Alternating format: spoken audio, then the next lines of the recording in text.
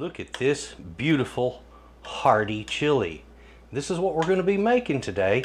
This is a hearty black bean chili, and it is just chock full of goodness, folks. Wait till you try it. Today I'm going to be making a hearty black bean chili. Folks, this is hearty. There's a lot of stuff that goes in this. There are vegetables, there's fruits, there's meat, there's all kinds of delicious food that go into this pot. And if you're thinking fruit, what fruit? Yeah, chilies, they're a fruit, folks, okay? So get over it, it's real. Anyway, we're gonna get in the kitchen. We're gonna be whipping up a fabulous batch of chili. It's got flavor that you can't imagine, and the combination of spices and flavors and acid balances, I worked this out over decades. I started making chili when I was a boy, back in, well, it was back in the 70s when I started making chili. And when I turned out my first batches, well, they were okay. They were really similar to Mom's, but I grew and expanded and made them something special. So right now, you're talking to the guy that knows how to make really good chili. And if you've ever seen my channel before, you know exactly what I mean. I've got a lot of chili recipes, and they are all banging good. Now folks, this is another good one for you. So let's get in the kitchen. We're going to take a look at what we're cooking with, and then we're going to get busy putting it together and cooking up a fantastic pot of hearty black bean chili. Let's get at it. Come on. I'm going to measure out some black beans. Now, right now I'm doing this actually before I'm shooting the show. And that's because I've got to soak these in order to cook them. All right, and that takes some time. I'm doing what's called a speed soak, and that is where we boil water first, then we take the dried beans, pour them into the boiling water, turn off the heat, and then cover it and let it stand. It just speeds that soaking period by a few hours. Otherwise, you need to do this overnight. So half a pound is what I'm going to measure out, and that's what I'll use for this chili. And over here, I have water that is heating up. Okay, so as soon as this comes to a boil, I'll turn off the burner, I'll pour the beans in, stir them, and just let it set.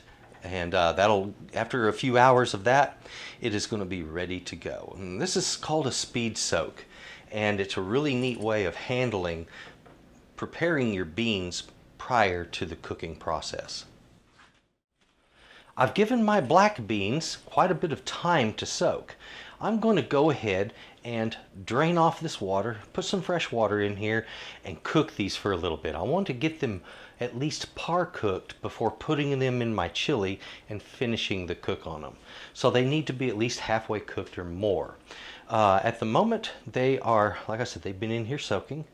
They've swollen up, they're looking good, and they're ready to be used. Okay, so I've just got to get them cooked. Now folks, the ingredients that we're going to be using today, and what isn't sitting out here right now, is the sirloin. I'm going to be using some fine diced sirloin. It's still in the form of steak right now. I'll be cutting that up in a little bit. My other ingredients, of course, it's a hearty black bean chili, so yeah, you got to have black beans. Also poblano chilies. Those poblanos are great. They don't have a lot of heat to them. They're mild, but the flavor is just popping good, and they're fantastic. Also, we're going to be using some jalapeno, onion. Over here I have some tomato product. I have some tomato paste, as well as diced tomatoes in their own juice, some bay leaf, some garlic, bourbon, or you can use Canadian whiskey if you prefer. You can also use peanut oil for this, or any other kind of cooking oil. You're going to need something as you're cooking your meat and vegetables together. And then on our spices, we're going to be using cayenne, paprika, cumin, and salt, in addition to our bay leaf and garlic. So folks, this all goes together to make a fantastic dish. And when we're all done cooking this up, I'm going to show you the amount of each of these items we used, and you can write it down on your recipes, and that way you've got your full recipe ready to go. Now folks, I need to dice up my beef. I have some sirloin here, and this is right about 3 pounds of sirloin. I'm going to remove the bulk of the fat that's on it. Now if you like leaving the fat on yours, go right ahead, but I just don't like that much extra fat in my chili, so I go ahead and remove it. That's also one of the reasons I like to use sirloin for this. It's a bit leaner. So take your chili, or excuse me, take your steak and fine dice it. We're looking about 1/4 inch square pieces is what we're looking for. We need to go ahead and process our poblanos, and I'm going to start that by charring that skin off of the outside. Put them on a gas burner, char it off, and then clean off the skin. After that, we can get it sliced up. Now folks, I have all of my preparation done. Onions are diced, chilies are all diced up, the meat is diced up. Everything is measured out with the exception of the spices, and it's all ready to go. The only other thing I'm going to have to do is in a little bit I'm going to mince this garlic. No rush on that.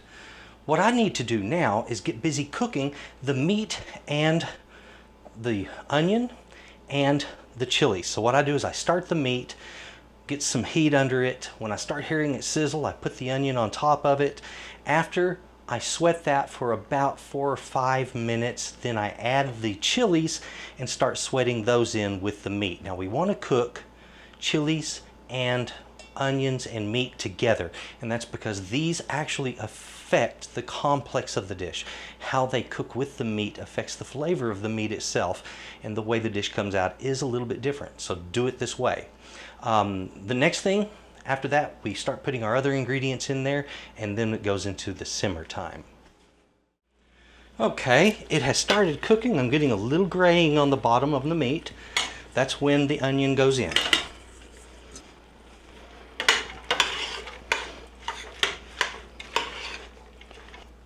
I'm going to cover this. We're going to give it 4 to 5 minutes.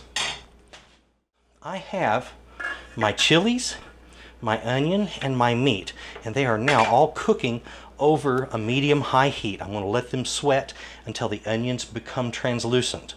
Cook it all down that exact way, and then we start on some of our other ingredients. Now folks, I have everything in my pot. The black beans are in there, the diced tomatoes, the bay leaf, all of the spices, everything. It's all together and cooking up. And don't worry about the alcohol in that bourbon. Every bit of it's going to cook out. But look how hearty that is. Look how chunky and hearty. That's a beautiful chili right there already. It's only going to get better with a little time. So I need to let this simmer about an hour or more. Is better, but at least an hour of simmering. And something to remember, at the end of simmering, take those bay leaves out. Bay leaves do not digest well. That's the reason we don't crush them when we put them in food. We're only looking for the flavor of the bay, not the substance of the leaf itself.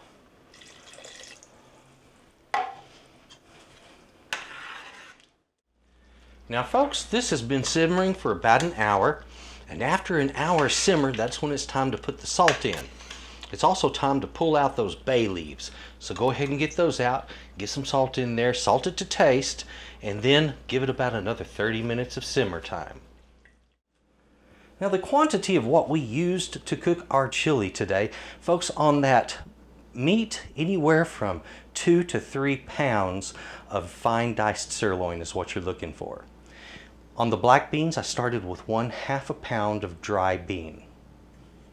The poblanos, that was 1 pound of poblano chilies. 1 pound of onion.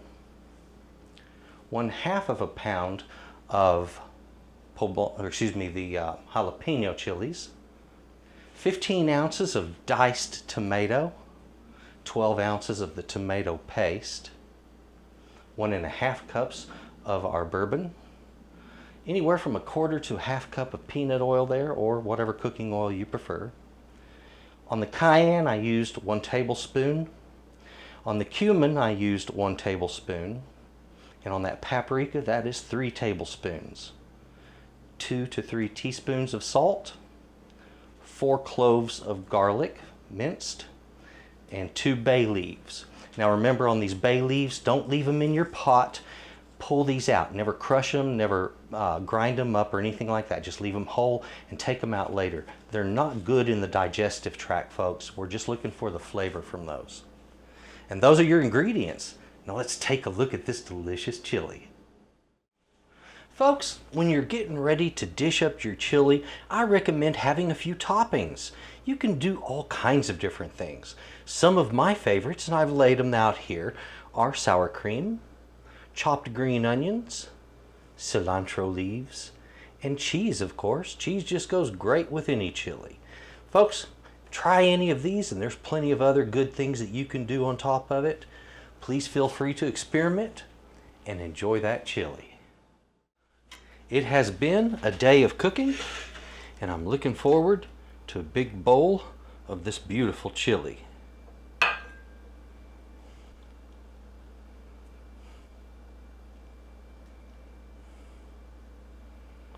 Isn't that gorgeous?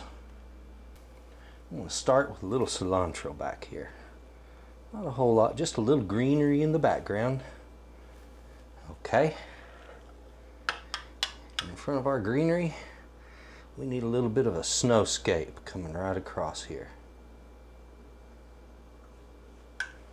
All right.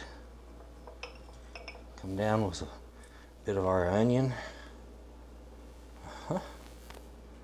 Isn't that beautiful? And give it some cheese to top it all off. Folks, I don't think chili gets any better than that. What a delight.